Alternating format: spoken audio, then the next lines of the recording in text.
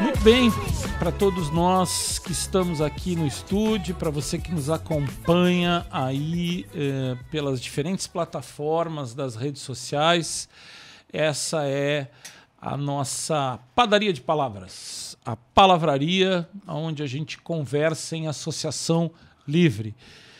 Conosco hoje aqui a doutora Alessandra Dil, daqui a pouco ela vai se apresentar, mas primeiro a gente vai rodar a vinheta, né? Aí, produção, roda a vinheta.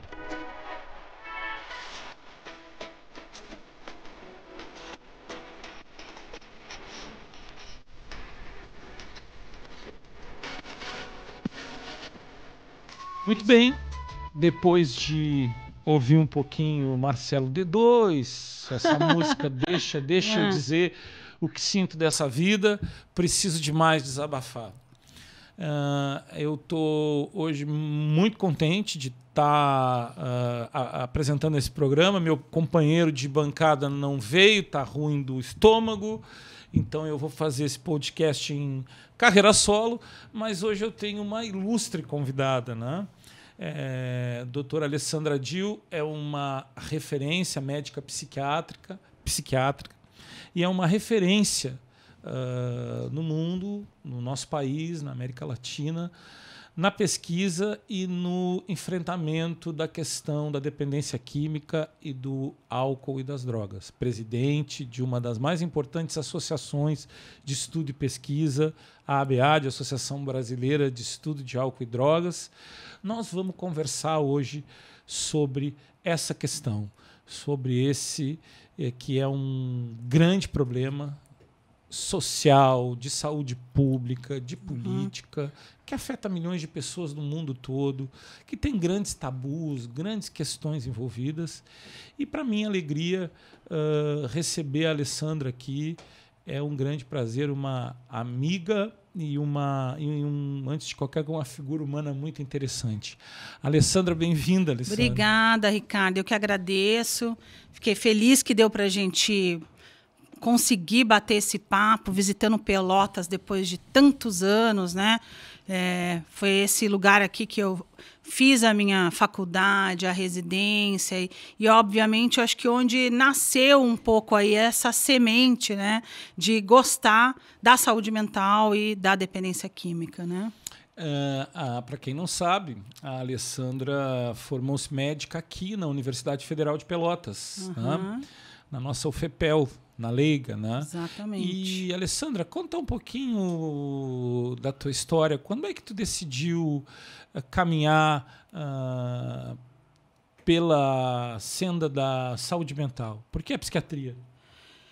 Então, eu também acho que tudo começou por curiosidade, na verdade. Eu atendi uma paciente, né, e eu fiquei com muito medo dela. Era uma paciente portadora de esquizofrenia, isso nos estágios da vida, ainda aluna, acadêmica, e aquilo eu falava, mas como é isso, né? Que essa pessoa enlouquece desse jeito? E aquilo começou a me despertar muita curiosidade de poder entender o que acontecia com aquela pessoa.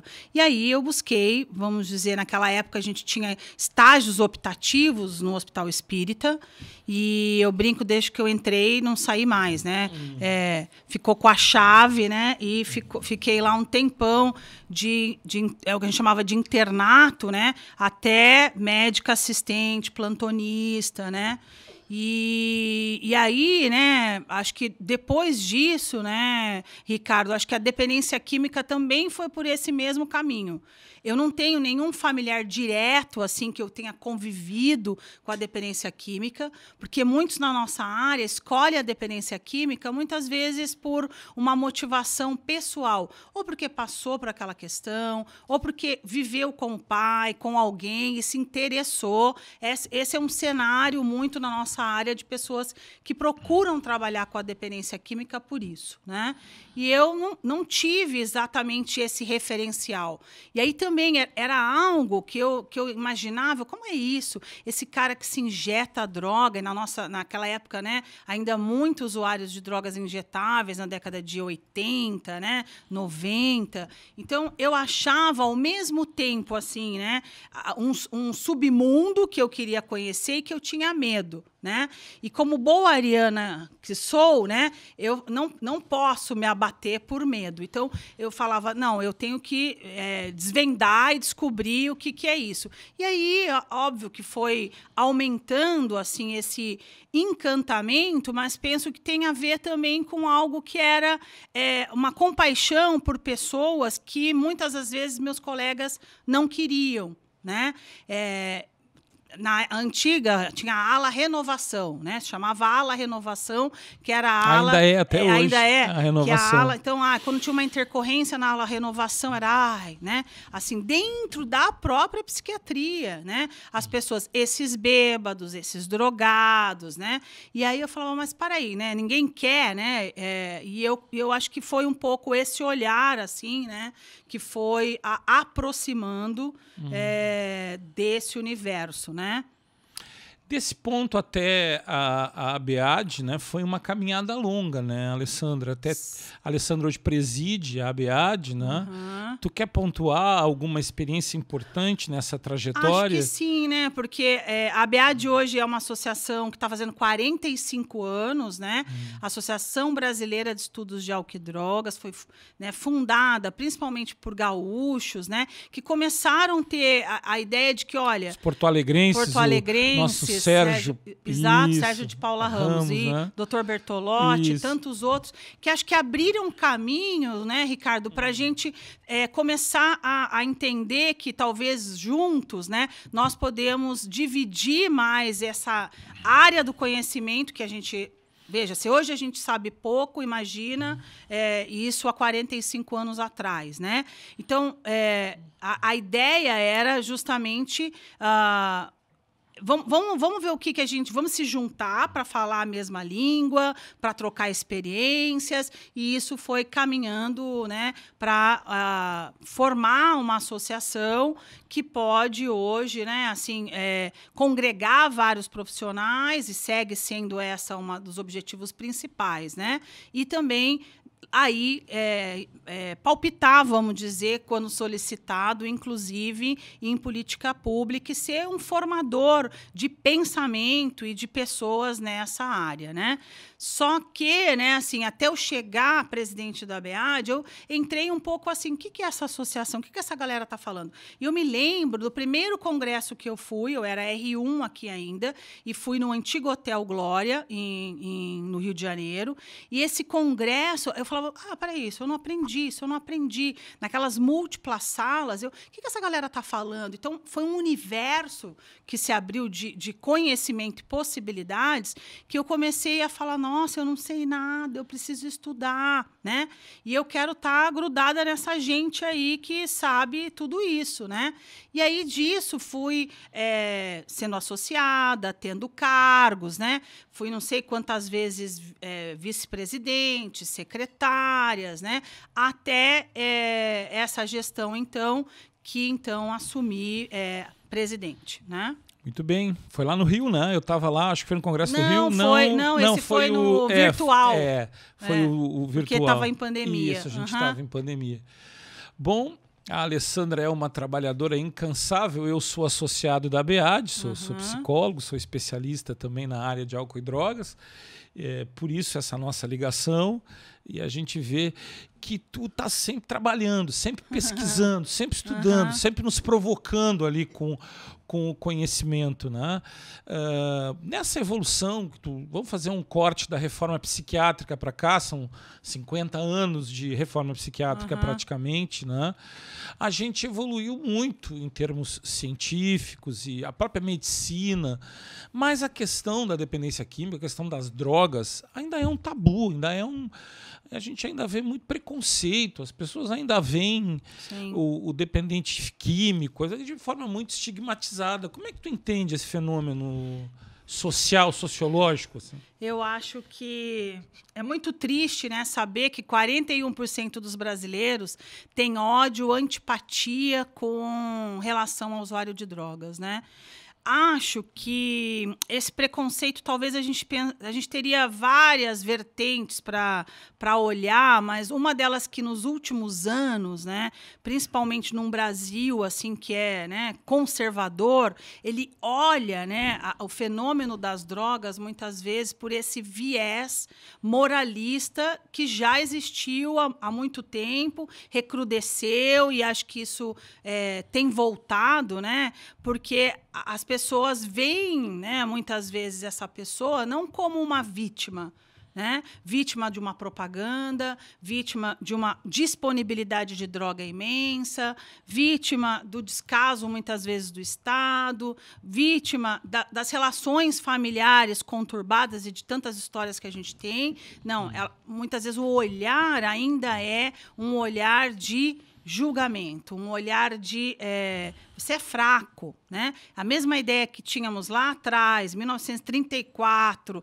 quando Bill e Bob fundam Alcoólicos Anônimos, que é moralista, né? Ou seja, nenhuma mãe, né, quer ter um filho usuário de droga. Mas quando isso acontece na casa de uma pessoa, em geral, é algo que eu protelo a poder falar, a poder revelar isso, e quanto possível escondo, né?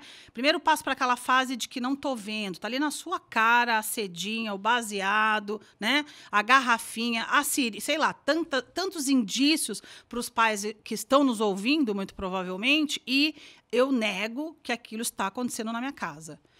Por N razões, e uma delas se eu admitir isso, talvez eu vou ter que admitir que eu fracassei na escola de mães, né? Ou na escola de pais. Muito né? interessante essa metáfora, porque também aí esse dependente químico, se a fábrica, que é o pai e a mãe, fracassa, esse indivíduo também, para a sociedade, é alguém que tem um defeito de fábrica, né? Exato. E não é portador.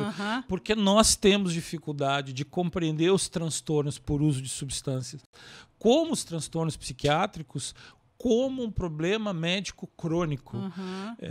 É uma vergonha. Que vai requerer, quando a gente fala crônico, requerer cuidados para uma vida. Né? Mesmo essa pessoa estando sem usar droga, ela não deixou de ter aquela doença. A doença dela está estacionada, né? Não está ativa.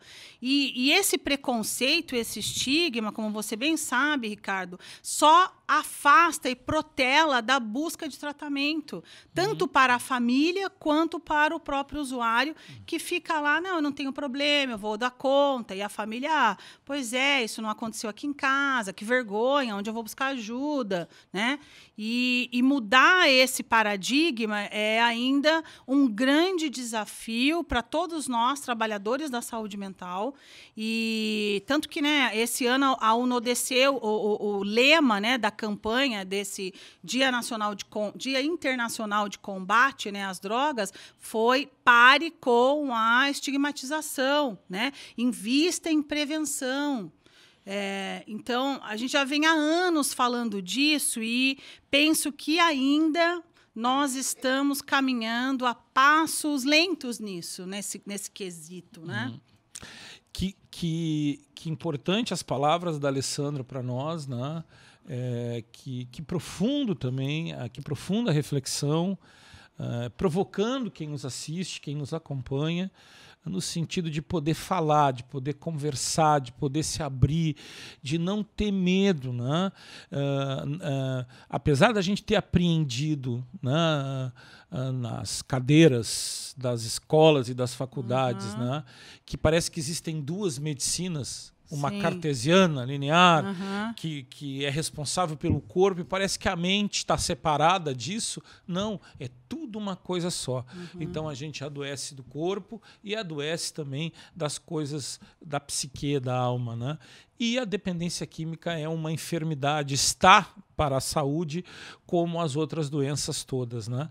Então procure ajuda, converse, fale, e quando a gente vai ver, né, existem muito mais pessoas que enfrentaram, estão enfrentando isso do que nós mesmos imaginamos. Se a gente fica fechado, se a gente não se comunica, se a gente não busca ajuda, a gente também tampouco vai conhecer como as outras pessoas saíram disso. Nesse sentido, Alessandra, tu acha que existe um modelo único de ajuda, um único modelo de ajuda? As pessoas precisam ir só dessa forma, só daquela forma? Com certeza não. Tá? Tem um texto da Nora Volkow, que é uma, vamos dizer, uma papisa da nossa área, e é presidente do instituto chamado National Institute on Drug Abuse. Então, é uma profissional, NIDA, super respeitado. Em janeiro ou fevereiro de 2022, ela publicou um artigo no blog dela dizendo: tornando a dependência química mais pragmática e realista. O tratamento da dependência química mais pragmático e realista. 2 pontos. O bom não precisa ser inimigo do ótimo. E o que a doutora Nora estava falando naquele texto? Que nós precisamos parar de ter visões dicotômicas na nossa área, estreitas, limitadas e moralistas. Uma dessas visões, né, Ricardo, é achar que só a abstinência total é o resultado esperado. Tá certo? E que existem pessoas que talvez não vão conseguir tudo, não vão passar algum tempo para conseguir, né? E outras jamais vão conseguir. Né? E nesse contexto, ela estava falando exatamente isso, que a redução de danos ela não é o fim e não nem por isso, né, eu tenho que mirar na abstinência só. Ou, né, eu tenho que parar de ficar produzindo, vamos dizer, ideologias, né, no sentido de que um serviço é melhor que outro, né? 12 passos é melhor do que TCC. TCC, terapia cognitivo-comportamental, é muito melhor que a psicanálise. Não, as abordagens humanistas, não é só fé e religião. E aí, o foco todo dessa discussão é, peraí, quem é o sujeito desta nossa ação, intervenção? É porque essa colocação tua é muito interessante, porque quando a gente vai ideologizando a discussão, a gente tira o foco do sujeito, né? Sim. Porque quando tu diz assim, qual é a melhor abordagem? É a abordagem que é mais necessária conforme a demanda do indivíduo. Sim. E não conforme acha esse, aquele outro. É né? O que ele precisa, do que ele dá conta. De como ele suporta, de como ele pode. Exato. Não é uma coisa que vem só de fora para dentro. Né? É interessante, né? E com isso, né, eu acho que é outra celeuma na nossa área, que isso nos divide enquanto profissionais, nos divide enquanto causa, porque penso que muitos de nós queremos a mesma coisa, que é atender, acolher, cuidar daquele sujeito da família dele. E esse tipo de discussão na nossa área ainda tem nos dividido, né? E eu digo que sempre o tráfico não está dividido, não. Só depois que, né, pega a sua zona de ganhar dinheiro, mas eles estão tão organizados, né, e são organizados muitas vezes, que eles estão ganhando e nós estamos ainda aqui discutindo, né, coisas que já deveriam ser superadas. Porque o que a doutora Nora fala nesse artigo é: nós estamos vivendo uma crise que é equiparada a outras crises humanitárias. A crise atual de uso de drogas no mundo. Então, os Estados Unidos com um problema, principalmente opioides. Nós aqui no Brasil com...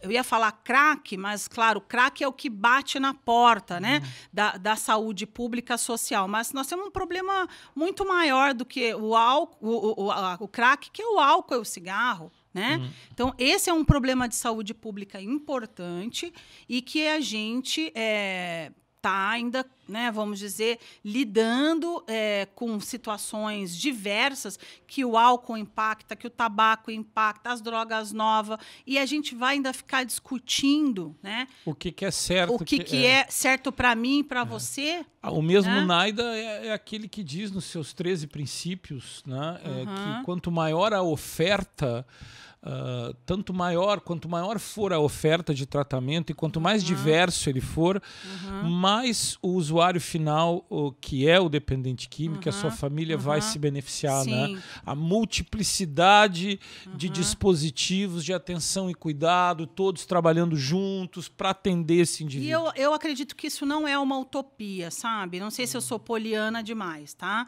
Mas acho que, pensando nisso, né, que esse ano, né, que estamos organizando o Congresso da ABAD, eu escolhi esse slogan e esse lema, celebrando a diversidade, eu, tu, eles, 3 pontinhos é nós, porque eu queria e quero dar a ideia exatamente das multiplicidades de pensar, de cultura, de pessoas que nós temos que abarcar, de técnicas, e que eu preciso, eu, tu, né, todos nós somos importantes nessa construção. Quando eu escolhi esse slogan, né, Ricardo, várias pessoas disseram, eles vão falar de diversidade sexual. Se fosse, né, só isso, tá. Mas quando a gente fala diversidade, eu não estou falando só de diversidade sexual. É pensar hoje que nós temos que ter um olhar distinto para mulheres, um olhar distinto para crianças que têm problema com droga, um olhar distinto para indígenas. E por que não colocar, né, os homens aí, que alguém tinha que levantar essa bandeira também, de tentar, quem sabe, trabalhar, né, as masculinidades tóxicas dentro da dependência química. Tem tanta coisa e especificidades, né, que a gente não ainda está entendendo que esse olhar não é segmentar. Tá? Mas sim conseguir dar, vamos dizer, um foco de luz, né, para aquela necessidade que vai ter muita importância no decorrer da trajetória de cada uma dessas pessoas. Né? Muito bem, essa é a doutora Alessandra Dil, né? E tu vê como esse sentido de causa que ela nos apresenta, essa utopia, né? Bom, sem ela me parece que as nossas questões de conhecimento e ciência e pesquisa são mortas em si mesmas. Não, né? Na verdade, né, eu sou boa de escrever. Os outros pesquisam e eu... E tu sintetiza e distribui. Exatamente. A Alessandra é uma metralhadora. A gente está sempre ali no grupo, a ABAD tem diversos grupos, eu sou associado, e aqui no Rio Grande do Sul, muitos profissionais, Santa Catarina, Paraná, formamos o Grupo do Sul. E a Alessandra é essa provocadora constante. Né? Bota lá um artiguinho para ler. Para ler e provoca com uma coisa, uma discussão e outra, enfim. Então, Alessandra, pensando na realidade brasileira, agora tu estava falando dos Estados Unidos, que vive uma epidemia de opioides sintéticos, né? A heroína misturada com fentanil e essa cultura da analgesia. Tu vê, o Prince perdeu a vida com fentanil, Michael Jackson perdeu a vida, né? Era viciado em Demerol, Marilyn Monroe e tantos outros, né? Aquele outro ator, o Philip Seymour, né? Também morreu de overdose por heroína. Existe há muitos anos, quer dizer, já o Narcóticos Anônimos nasce em 53 numa epidemia de heroína nos Estados Unidos. Me chamou a atenção um artigo que eu li ontem, porque a dipirona é proibida nos Estados Unidos e na Europa. Porque eles descobriram lá que existe uma probabilidade de afetar o sistema imunológico e tal. Mas nos Estados Unidos me proíbem a dipirona e fiquei sabendo nesse mesmo artigo que tem dentista dando fentanil para criança. Nossa. Então a criança sai experimentando opioide na cadeira do dentista. Depois, lá adiante, ele vai desenvolver... a gente sabe do potencial viciante que tem. Os americanos criaram um sistema parecido com a SAMU para reversão de overdose de opioide, tamanho o problema nos grandes centros urbanos. Mas é uma realidade enfrentada por lá que chega lentamente no Brasil. Mas o Brasil é o maior mercado consumidor de crack do mundo? Sim. É o maior mercado consumidor de crack do mundo. Sim. Vamos falar um pouco sobre essa dura realidade? Sem dúvida, né? E a gente já vem esperando há algum tempo, né, Ricardo, que a heroína vai chegar no Brasil, a heroína vai chegar no Brasil. Até agora não chegou fortemente, mas a gente vem tendo notícias aí, né, de que cocaína batizada com fentanil, mas a droga, vamos dizer, mobiliza o poder público, porque faz estragos em outras esferas, e principalmente ligado à segurança, à violência, à situação de rua, mais do que as drogas que a gente está falando legalizada, sem dúvida é o crack, né? E a gente hoje, como muitos de vocês já sabem, a Cracolândia não é uma exclusividade de São Paulo, né? Aquelas cenas abertas já temos em várias regiões do país, né? Acho que em quase todas as grandes cidades, e cidades de médio porte também. Sim, né? Mas mesmo na zona rural já existe. Eu atendo pessoas da zona rural que têm envolvimento com crack, e também indígenas também já com uma proximidade aí com essa droga, né?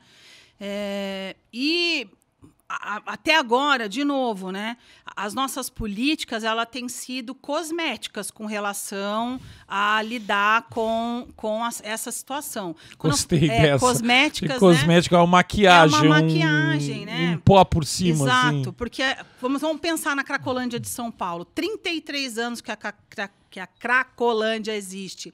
Vem governo e vai governo, e eles acham, por exemplo, que vai existir uma bala de prata, né? Em que nós vão entrar com a polícia, vão arrebentar com tudo, e aquilo vai desaparecer. Que eles vêm tentando, inclusive coisas que desrespeitam direitos humanos, de espirrar água nas pessoas e bota para lá, bota para cá. Existe uma linha muito intensa aí que defende internação compulsória e voluntária para todo mundo. Hello! Você acha que eu vou chegar lá, boto todo mundo numa ambulância, e jogo coloco dentro no de uma hospital, instituição. E aí depois? E a Cracolândia vai se acabar. Nunca mais vai existir. Não sei, as pessoas têm essa... Isso é um modelo higienista? É uma tentativa? Além de ser higienista, né? É ingênuo. Né? Ingênuo e higienista, né? Porque acha que vai solucionar. Então, é um problema muito mais complexo, e claro, não que eu tenha ou você tenha a sugestão melhor para isso, mas que esse enfrentamento, que a gente já sabe, não é da segurança somente. Se é da saúde pública, é algo que é contínuo em várias esferas, inclusive, né, principalmente numa esfera que é social, acho que é anterior a isso. Principalmente a gente pensar anterior como? A gente está falando de prevenção, né? Por que essa situação ocorre? Enquanto eu não fechar esse gargalo, né, de certa forma, as cracolândias vão existir. E tem muitas pessoas que se beneficiam com aquela situação. Eu não tenho dúvida, tá? Com certeza, né? Existe um poderio e também existe um certo... Eu vou te fazer uma colocação aqui. Com certeza. E aí tu me contesta, porque o nosso papo aqui é em associação livre. É um brainstorm aqui, não tem ruim. Também se lança um certo sensacionalismo sobre a Cracolândia, sobre o crack e sobre os drogados. Tu não acha que isso está um pouco a serviço de mascarar ou esconder a realidade de que as drogas lícitas vendidas na padaria, na farmácia e no supermercado são um grande problema, tão ou mais grave que a Cracolândia de São Paulo? Não tenho dúvida.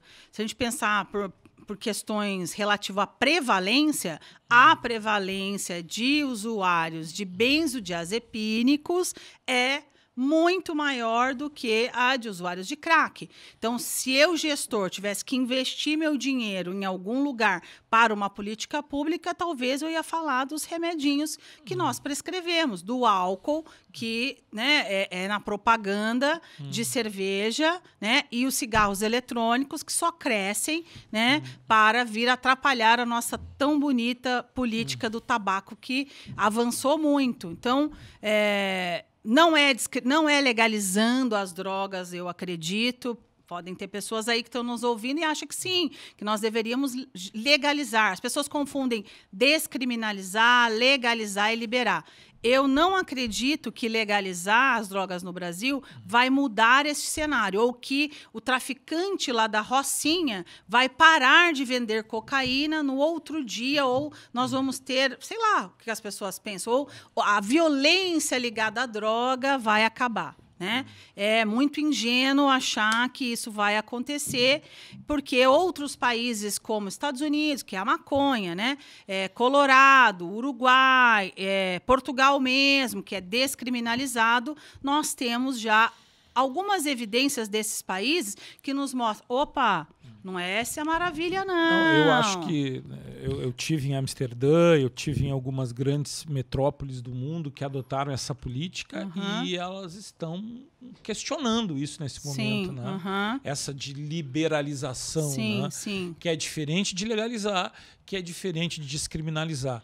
Seguindo nesse roteiro nosso aqui, nesse conflito de interesses que há entre as drogas ilícitas e as drogas lícitas, vou te trazer duas figuras que reforçam isso. Primeiro, a nossa amada Rita Lee, que nos deixou há pouco tempo, e nos deixou por um câncer de pulmão. E estava, no final da vida, infelizmente, estava fumando 3,5 carteiras de tabaco. Ela disse que aumentou. Eu não sabia, eu achei que ela tinha parado. Não, ela não conseguiu deixar o cigarro. Ainda disse que durante a pandemia, quando ela foi diagnosticada, ela estava fumando 3 carteiras por dia, né, de Marlboro vermelho. Né? E também foi a Rita que disse no Bial que de todas as drogas, e a gente sabe que a Rita Lee foi uma poliusuária de drogas e teve muitos problemas, internações, overdoses, né? Usou heroína, usou cocaína, mas ela disse que de todas as drogas o álcool foi a mais terrível de todas. Depois o Ozzy, líder do Black Sabbath, que a gente não precisa dizer, é uma lenda viva, né, que é um sobrevivente a tudo isso, disse que deixou a heroína, mas que sentiu em algum momento que de todas o tabaco foi a mais dura. Isso é uma verdade, Alessandra? Eu costumo dizer que quando as pessoas falam qual é a droga, Alessandra, mais perigosa, aquela que é mais... Falei, aquela que é a sua de escolha, né? Ou seja, aquela droga, por que determinada droga cola em mim? Né? Por que alguns são dependentes de drogas estimulantes, outros não? Eu quero drogas que são mais depressoras, mais alucinógenas. Porque, além da expectativa do uso, eu acho que essa droga está a serviço, né, Ricardo, de algo, vamos dizer, que essa pessoa precisa, necessita, ou quer tamponar, quer anestesiar, ou seja, a gente poderia aqui falar de diversas questões, né? Entra muito uma questão subjetiva e do encontro desse indivíduo com esta droga, a história dele, a genética, porque eu acho que tem um fator, né, de epigenética importante na questão da dependência química, alta herdabilidade, né, alcoolismo, dependência história de familiar, história situações familiar, de vida, mas traumas. isso que tu disse também é algo importante, né? Qual a pior droga? Aquela que faz o encontro, aquele encontro, como dizer, quase uma paixão fulminante entre o indivíduo e a substância. E com o cigarro as pessoas têm muitas vezes essa relação de casamento, inclusive. De todas as drogas, a do cigarro eu ouço mais essa palavra. Sabe? Sim. Eu me casei. É um companheiro, meu companheiro. É um luto, né? E no consultório, essa semana no consultório, um pai e um filho. O filho fazendo ali o seu acompanhamento para tentar dar manutenção no seu tratamento para cocaína.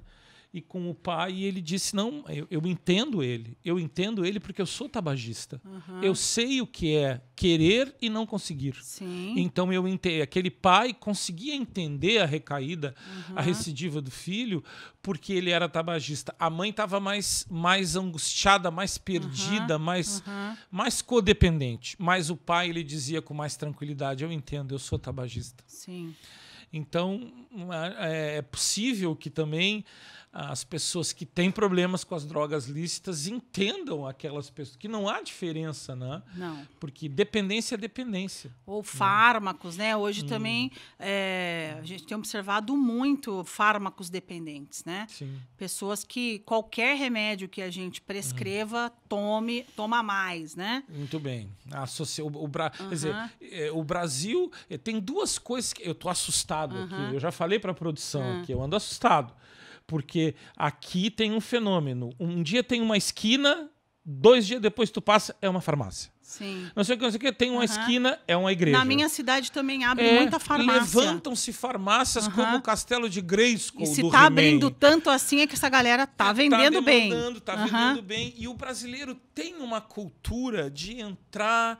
E esses dias eu liguei para o 0800 para pedir um medicamento. A farmácia é um shopping. E aí diz a atendente para mim, não queres aproveitar? Tem uma promoção de anti-inflamatório, portanto, de relaxante muscular. Portanto, eu digo, mas minha amiga... Eu não preciso. Quem receita isso é o médico. Eu disse para ela, não pode oferecer remédio assim, como quem está oferecendo verdura na feira. E qual é essa leitura desse fenômeno, né, Ricardo? Que era algo que você me falou que ia perguntar nos bastidores, né?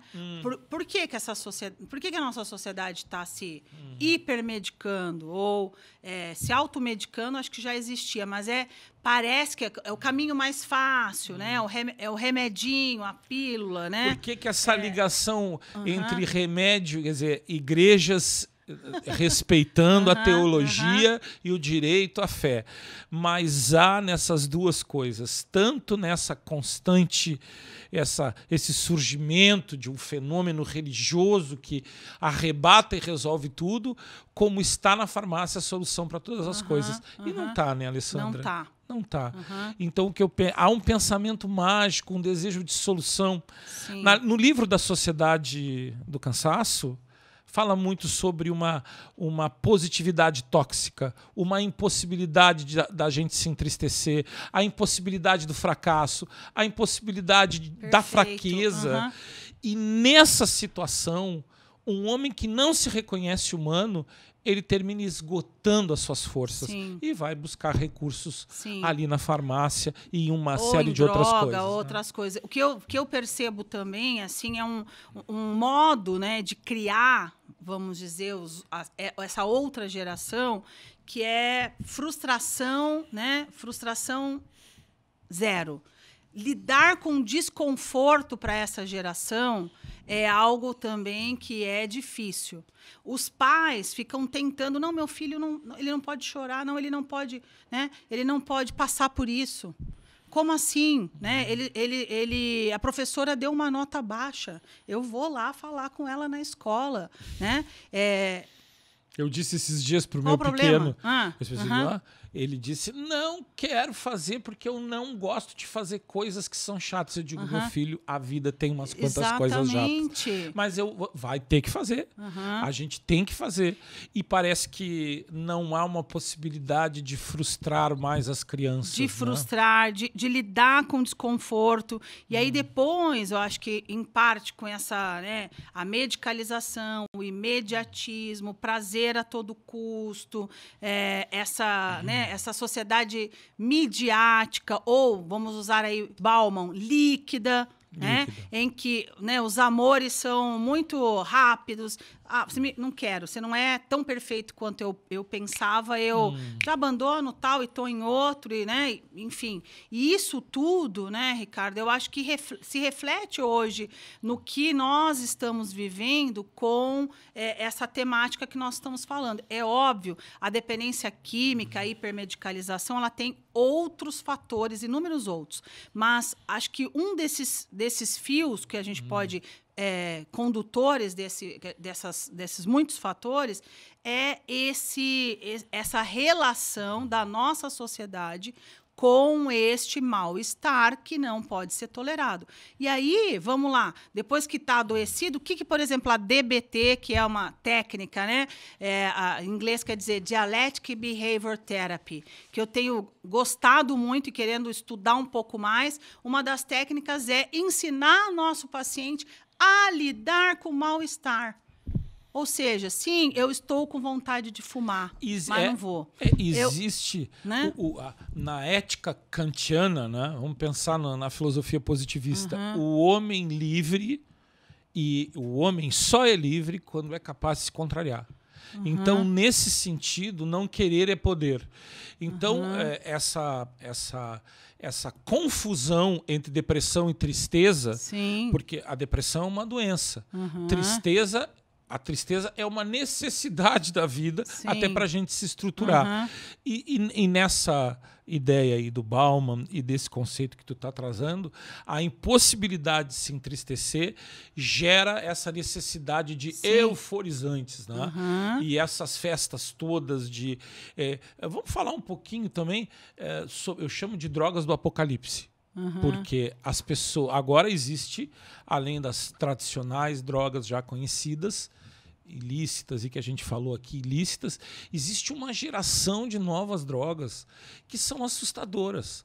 Pó de macaco. A pessoa usa e se atira pela janela. Crocodile drug. Crocodile, que a pessoa vai perdendo os pedaços. E aquela Cloud9, que é uma coisa meio zumbi.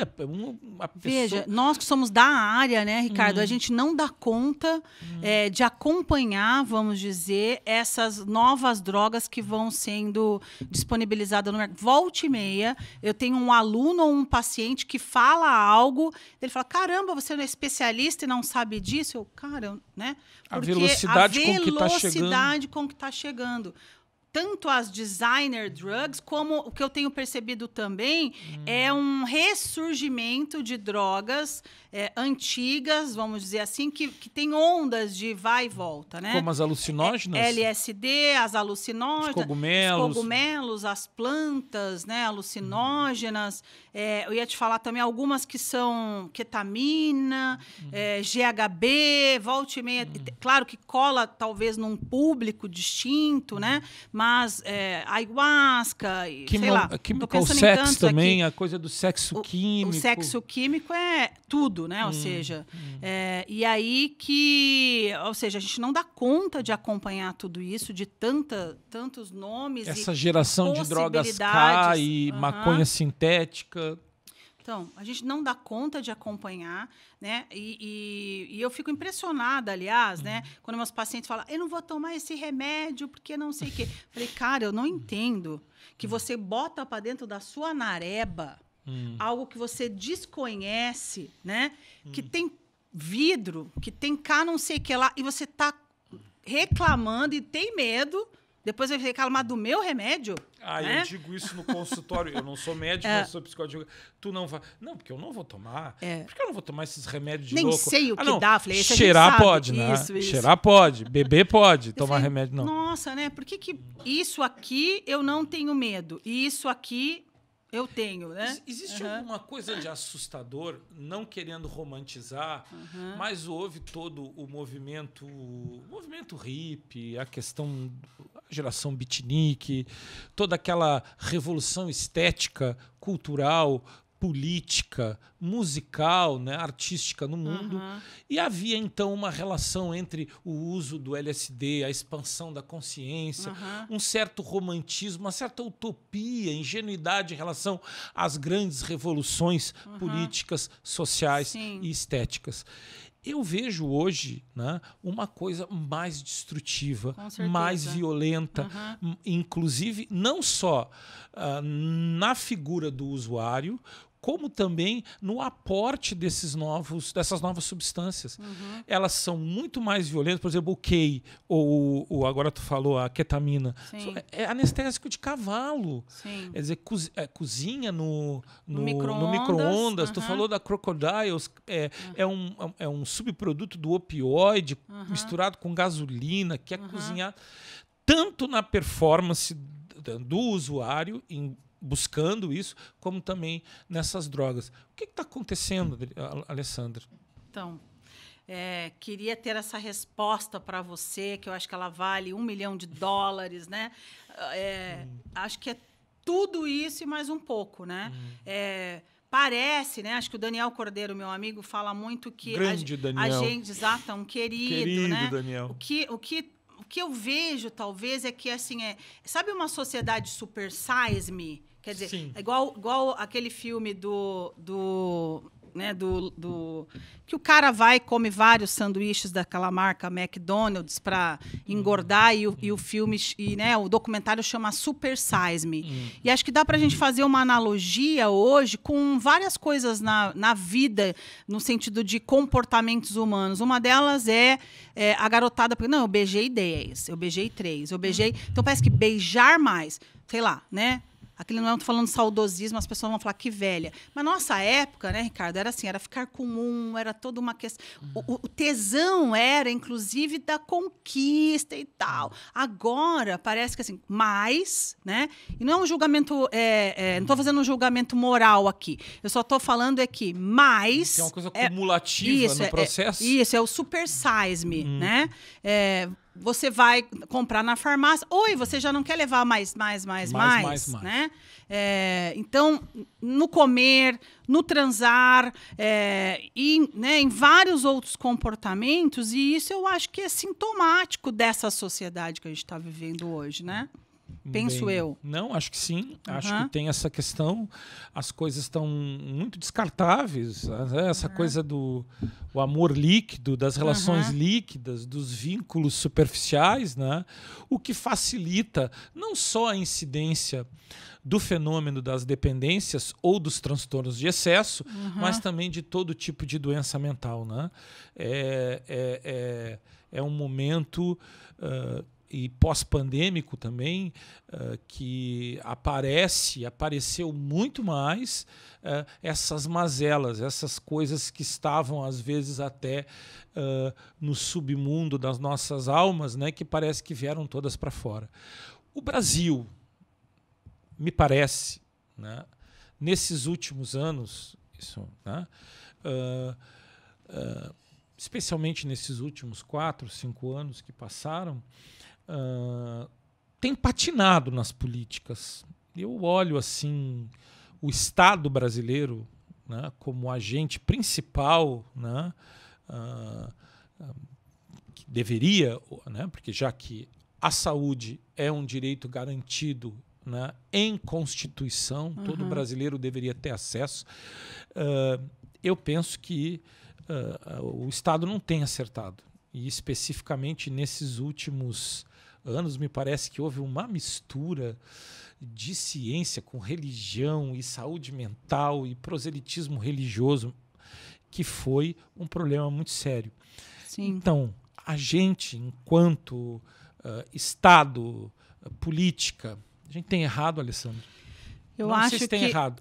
Tá a gente talvez, às vezes a gente tem retrocedido, né, em algumas políticas, e eu vou falar do tabaco, por exemplo, que é uma política que o Brasil sempre foi protagonista, e desde que o Brasil, em 2003, assinou um tratado internacional chamado Convenção Quadro para o Controle do Tabaco, nós melhoramos muito. Nós saímos de uma prevalência de 45% de tabagismo em 1990, ou seja, quase metade da população brasileira. Hoje, nós estaríamos aqui fumando e conversando. Sim, mas né, aqui Ricardo? no Rio Grande do Sul tinha um famoso jornalista, que era o Paulo Santana, Sim. Entrava no estúdio, jornal do no almoço, jornal e fumava. Era charmoso isso. Sim, né? Então, essa mudança de cultura, essa mudança de mindset cultural, até chegar hoje a 12% da população fumante, e várias políticas de ambiente livre de tabaco, taxação, acesso, né? A proibição, eu cheguei a fazer voos da Varig em Fumando, que sentava cinzeiro. os fumantes. Não, tinha a área do fumante, não A fumante. fumaça, ela lê, ela tem parede. Ela ficava só no fundo do Aham. avião, porque o pessoal tomava uísque e fumava lá no fundo,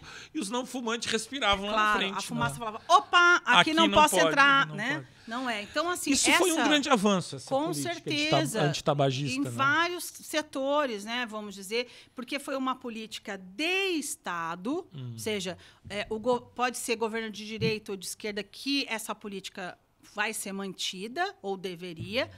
Tem um órgão, né, que é a Convenção Quadro de Controle do Tabaco, e a CONIC, que é o órgão que fiscaliza essas ações, e junto com o INCA nós viemos progredindo muito, né?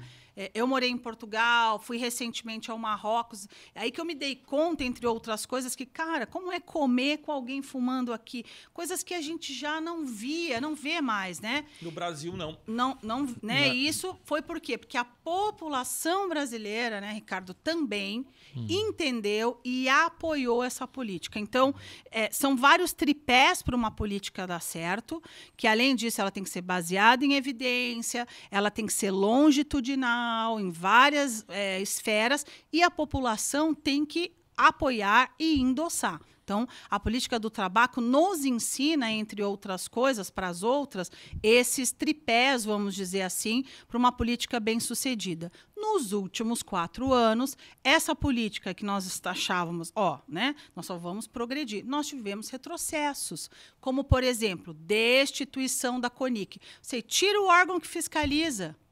Bancadas de fumicultores aqui do Rio Grande do Sul em cima, né, de parlamentares para seguir aprovando agrotóxico e expansão de plantações de cigarro, quando a Organização Mundial da Saúde e a própria Convenção Quadro fala: parem de plantar cigarro, plantem comida. O Brasil e o mundo passam fome, né? 33 milhões de brasileiros passam fome, né? E isso não é qualquer coisa. Então, a população da Argentina, quase. Exatamente. Então, é um retrocesso nesse sentido. E o outro retrocesso então, vamos dizer, a indústria do tabaco vendo brechas para burlar, de certa forma, aquilo que já foi aquisição dentro das políticas. Uma delas, a propaganda não pode na televisão, né? Quem é que controla o tablet que se usa ali, que é o acesso e a propaganda do cigarro eletrônico? Está ali. Então, o meio digital de novo, as propagandas estão embutidas, né? E acho que o cigarro eletrônico vamos dizer assim, nesse momento, que nós deveríamos estar muito temerários, né? Impressionante os estragos que o VAP e o cigarro, o vaporizador. Eu vi algumas imagens de pulmões, dos pulmões. Sim. Ah, meu Deus pulmões. do céu. Dos pulmões dos usuários de VAP e de cigarro eletrônico. É terrível. Sim. E aí a indústria vem com um discurso qual? Isso aqui é uma redução de danos. Não é aquecido. Não é aquecido. Não queima.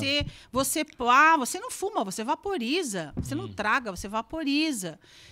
Você tem o direito de deixar de fumar o cigarro convencional utilizando o cigarro eletrônico. Então, são várias falácias, vamos dizer assim, que têm crescido e, detalhe, tem impactado numa galera que, quando eu pergunto, você fuma? Meu paciente, ele diz, claro que não. Hoje eu já mudei a pergunta. Você fuma, não?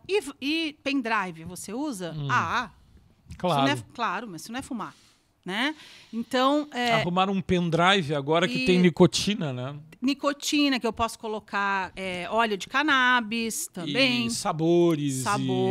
Os sabores também é outra estratégia para... baunilha, hortelã. Porque daí não deixa o cheiro, né? Então, assim, isso também vai não deixando esse tabagista tão, né? Tão estigmatizado. Né?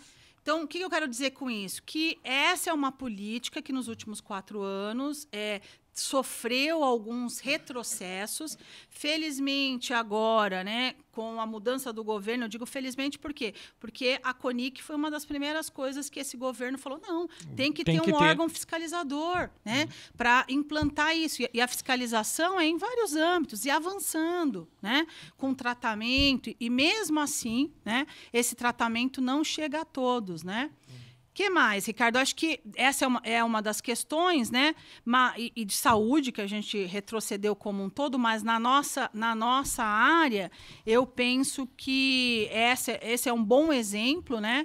E outras que, com o tempo, ela passa, vamos dizer, a ser deixada de lado, esquecida. Vamos lembrar, beber e dirigir, por exemplo. Né? Logo que foi promulgado, a gente mudou comportamento, e os bares, e o bebê, e o amigo da vez, e as mídias falavam muito aquele disso. que vai dirigir aquela noite não vai beber. Isso, a gente, durante um tempo, isso né, ficou no radar, vamos dizer assim, do brasileiro. E os interesses econômicos. Sim. E não só isso, quer dizer, se não tem enforcement, se não tem fiscalização, eu não tenho medo de ser pego, tá? Eu começo a ter uma percepção e uma avaliação de risco muito diminuída. E aí, eu bebi só aqui eu posso pegar meu carro, dirigir e, né, ir para casa, né? Dirigindo. Eu confesso que eu já fiz isso quando eu era muito jovem, né? E essa consciência ela foi mudando a partir do momento em que eu fui estudando e entrando na área. Eu era, né, estudante de medicina aqui na Leiga, né, com meu carrinho, já bebia nas festinhas da Leiga e ia para casa intoxicada. Como é que eu permiti? Hoje, né, Ricardo, eu não pego nem carona com alguém que está intoxicado. Quantas vezes eu peguei carona com o colega que estava intoxicado? Então, essa percepção de risco que a população vai perdendo ao longo do tempo e que tem a ver com política pública. Quer falar outra política pública que a gente não está abarcando? Prevenção. Não se fala muito mais nisso, por exemplo, quando a gente trouxe todo esse funcionamento social, essa loucura coletiva, a gente não vê intervenções sistemáticas de educação, a gente não vê investimento em esporte, em arte, em literatura, em música, em vida. Porque quando a gente vai falar de prevenção, uso de drogas, a gente não vai para dentro de escola dar testemunho, a gente vai educar. Né? Por que se abandonaram, deixaram-se de lado as políticas de prevenção, que são as mais importantes? Acho que o Brasil também resolveu assim, incorporar algumas políticas que foram importadas de outro país, né? E aqui eu estou falando especificamente do PROERD, que eu tenho maior respeito, tá? Todo policial do PROERD, né, que é o Programa de Resistência a Álcool e Drogas, né, executado pela Polícia Militar, todos eles que eu conheci, né, Ricardo, são policiais aguerridos, que acreditam naquilo que fazem, né? E durante muitos anos o Brasil multiplicou esse programa, que tem uma alta capilaridade, mas eu dei treinamento aqui no Rio Grande do Sul. Nunca avaliou. Nunca falou, para aí, o que a gente está fazendo, esse investimento de dinheiro, de tempo, isso funciona?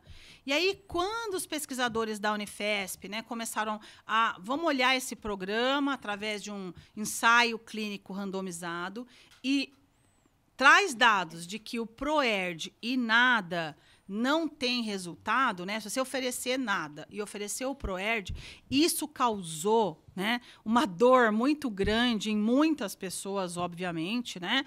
E ira, né, desses pesquisadores que, como assim? Isso não é verdade, a minha realidade não é essa. Mas ninguém está falando que o PROERD não funciona, né? Que ele é iatrogênico, melhor dizendo. Ele não é um programa iatrogênico, tá? Ele não faz mal, mas também não produz resultados esperados. E uma das questões eu importei esse programa e não aculturei para a nossa realidade brasileira. Né? As pessoas ainda têm ideia que prevenção é chamar um adicto em recuperação para dar palestra. Para dar testemunho. Dar testemunho. Isso é iatrogênico. Ou eu dar uma... É contraindicado. É contraindicado. Eu dar uma palestra e, ótimo, fiz prevenção. Conscientizei, né? Então, prevenção, na verdade, enquanto o nosso governo não entender que eu gastar dinheiro com prevenção, que é uma estatística bem antiga, mas ela continua valendo, para cada dólar investido em prevenção, eu poupo 7 a 10 dólares com tratamento. Então, prevenção sai mais barato, né? Mas não é prevenção, não é palestra, não é a tia dar depoimento, não é, sei lá, tantas coisas que acontecem aí. E eu acho que, além de tudo, há uma baixa credibilidade, sabe, do potencial da prevenção. Quando eu terminei a sexualidade, que é a minha outra formação, eu pensei, as escolas vão me querer. Por quê? Tenho formação em álcool e drogas e em saúde sexual. E eu ofereci para algumas escolas a gente montar um projeto, disso virar um mestrado e ser gratuito para aquela escola. O que eu ouvi muito, Ricardo? Não, aqui a gente não tem problema de drogas. Doutora, realmente, não precisa de um programa de prevenção aqui. Sim, professor, é para prevenir, mas não tem o problema. Não tem. Mesmo que tivesse... Vai esperar ter? Isso, a prevenção, ela não é... Ela tem prevenção universal, ou prevenção seletiva, indicada, secundária, terciária. Sim, professor, é para a senhora não ter, né? E a sexualidade... Não. Sexualidade, isso é para as famílias, é para os pais conversarem. E eu entendo que essa questão ainda é mais problemática ainda, porque drogas até os pais vão falar, que bom, eles estão falando com... Agora, vim falar com o meu filho... De sexo. De sexo, né? Ou falar sobre, sei lá, sobre amor... Né? Sobre casamento, sobre camisinha, né? Isso aí já é demais. Então, sobre as questões de gênero. Sobre né, orientação sexual e tantas outras. Então, eu fiquei assim tão frustrada, sabe? Porque eu achei que eu era a última bolachinha do pacote. Negresco do pacote. E né? não foi por aí. E não foi por aí. Impressiona essa informação, né? Porque me parece um certo retrocesso, assim, um retrocesso importante, né? Sim. Porque seria agora esse dado, né, de gasto, né, que tu trouxe, né, 1:7, né? Às vezes a gente está gastando lá na ponta para tratar e não tá. E a gente está falando também da incidência de câncer de pulmão, dos problemas relacionados ao consumo de álcool. Sim. Porque quando a gente fala em prevenção, as pessoas dizem assim: descobrimos que tem grupos aqui na escola que estão construindo, tem que trazer alguém para vir falar. Isso. Mas isso não funciona. E precisaríamos de projetos amplos. E não só de escola, né? Os melhores projetos de prevenção são aqueles feitos na comunidade, né? Pensa, Jardim Ângela, na década de 90 que eu trabalhei, tinha um bar para cada 10 casas. E qual o diagnóstico, entre outras coisas, disso? As pessoas não tinham espaços de lazer que você falou. Cadê a cultura? Cadê o karatê? Cadê sei lá, tantas outras coisas, a escola de música? Então, resta para mim ir para o boteco. Ir para o boteco beber, porque eu não tenho acesso à cultura, eu não tenho acesso à boa música. As pessoas acham que isso é balela, assim, que cultura... Mas cultura, arte, ela é vida, ela é prevenção, ela é resgate, é valores para a vida também, né? A dança, o esporte, Sim. olha o que agora e falou até a igreja, tá certo? A igreja também é um componente importante dessa rede, né? A espiritualidade, né? O desenvolvimento de valores e outras coisas tão importantes. Olha o bem que esses projetos todos que a Alessandra está pontuando trazem às comunidades, inclusive as comunidades mais carentes, né? Quantos talentos, né? E quantas pessoas terminam se perdendo por falta de oportunidade, por falta de investimento. Pois a boca de tráfico não fecha nunca, né? Ela está sempre aberta. Achei que essa relação entre uma maior sensação de prazer e bem-estar coletivo, comunitário, é um grande desafio de prevenção. Pois uma sociedade mais feliz, com uma maior capacidade de resiliência, de enfrentamento, de tolerância a própria aspereza da vida, né? Ela tem mais condições de viver sem Vamos falar droga. tolerância uns com os outros, Isso. né? Ou seja, tolerando, menos ódio, entendendo que a diferença é a riqueza dessa sociedade.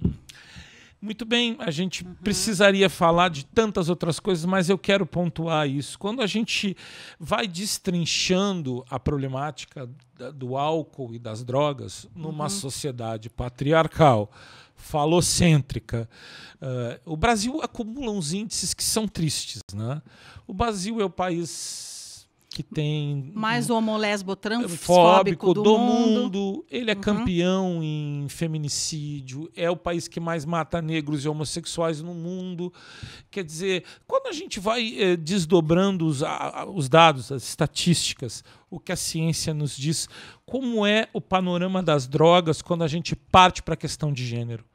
A incidência do alcoolismo, da dependência de drogas entre mulheres, homossexuais, lésbicos, transexuais.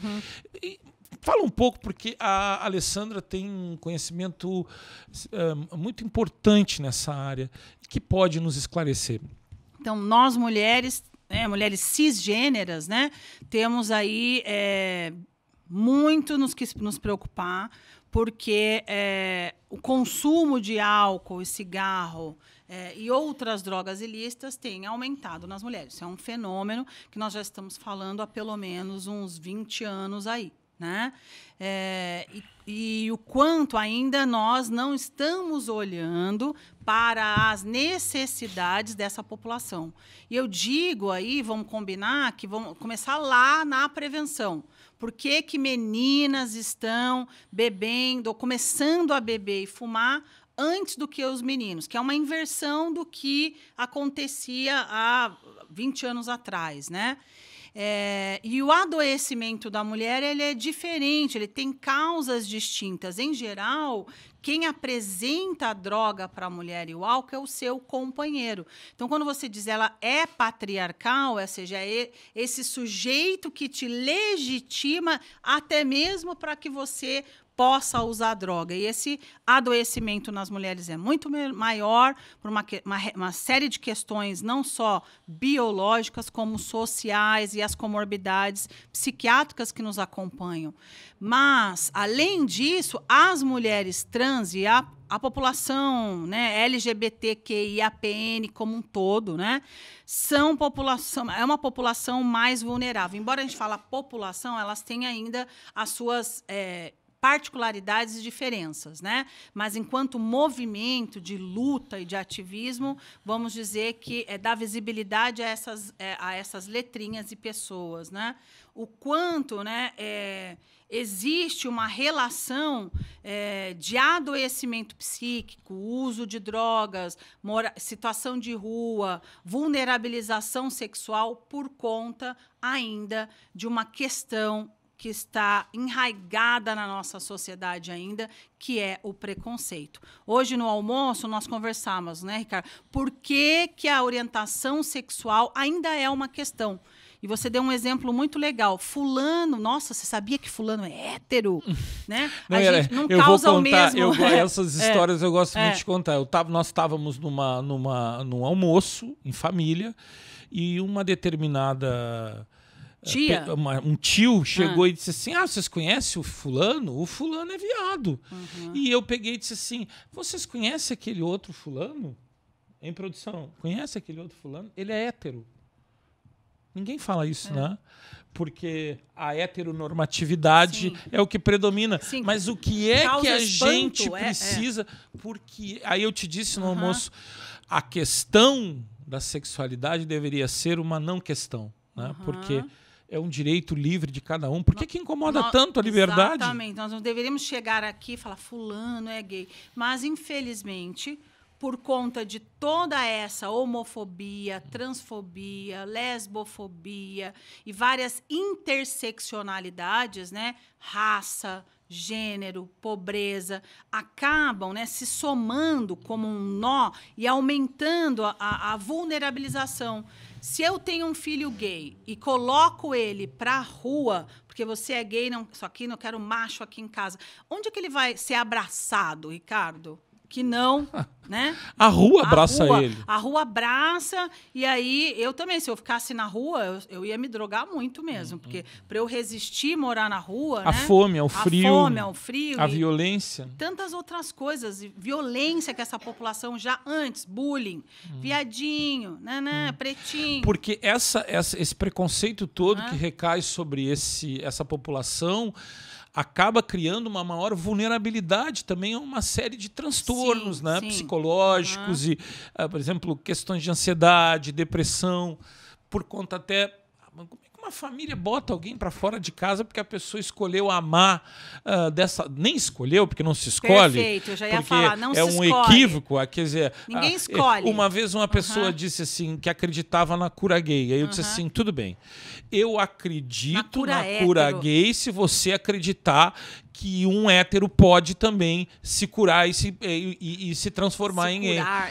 Porque ninguém se cura de si mesmo, da sua natureza, daquilo que é. Daquilo que eu sou. Que as pessoas precisam se ocupar disso, né? E aí, assim, passa-se anos, vai anos, e nós estamos falando da mesma coisa, e nos nossos consultórios as pessoas nos buscam sofrendo por uma questão que é da nossa natureza humana.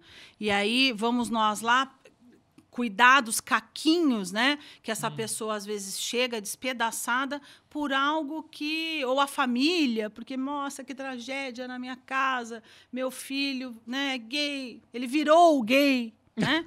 Virou desde... Ele virou, não, ele sempre foi.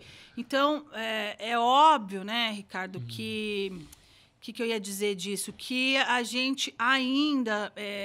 isso é no mundo inteiro, tá? Mas eu penso que aqui no Brasil, né, a gente é um país preconceituoso e que na verdade, até existe uma hipocrisia muito grande. Porque, né, década de 80 e 90, carnaval, era muita mulher pelada e se tolera... Aliás, eu ia lembrar aqui, sabe qual é o maior... que digita lá o brasileiro e, né, se busca o quê no Google? Esses dias eu fiquei impressionada com isso, né? Era, então, travesti. A palavra travesti está entre as top 10, eu não vou me lembrar... Das mais buscadas do Brasil. Então... Por que será?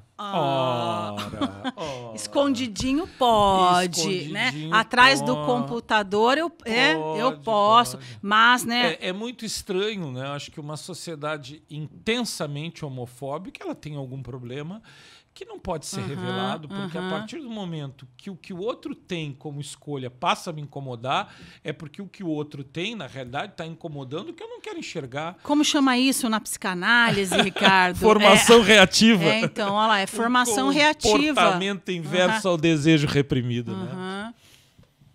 Muito bem, Alessandra. Eu teria muitas outras... Já vê que o nosso relógio já se apagou. Esse é o encontro de uma Ariana com um leonino, né? Veja bem, né? Há dois ditados importantes. A Ariana não pede licença, ela mete o pé na porta. Exatamente. E o leonino não nasce, estreia, né? Então, dois signos de fogo, com a sua né? juba. Com a sua juba, exibido, como é, né?